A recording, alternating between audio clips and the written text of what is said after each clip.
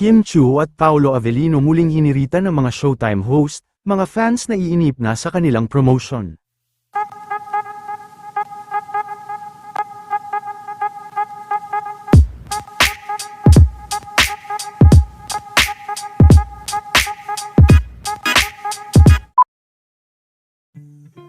Habang papalapit na ng papalapit, ang pelikula nila Kim at Paolo Avellino, ay sunod-sunod naman, ang mga paghirit sa kanya ng mga Showtime host tungkol kay Paolo Avellino, maging ang mga host ay nag-aabang na rin ng kanilang upcoming movie. Hirit naman ng mga fans na kulang umano ang oras ng dalawa sa pagpo-promote dahil next month na ito, at sa linggo pa lang sila mag-shoot para sa kanilang poster. Sana umano ay mabigyan ng mahabang oras ang dalawa. Pero yung trailer nakakilig na. Uy, nakanood ko Teaser? Ang ganda.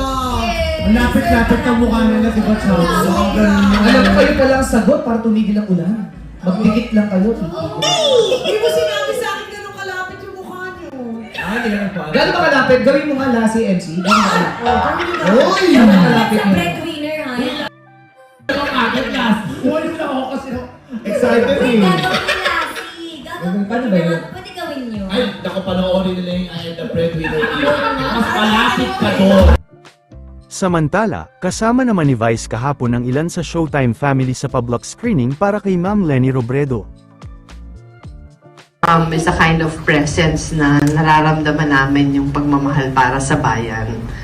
Maraming salamat sa pag-imbita sa amin ngayong araw. Talagang pinagpaplanuhan namin itong panoorin.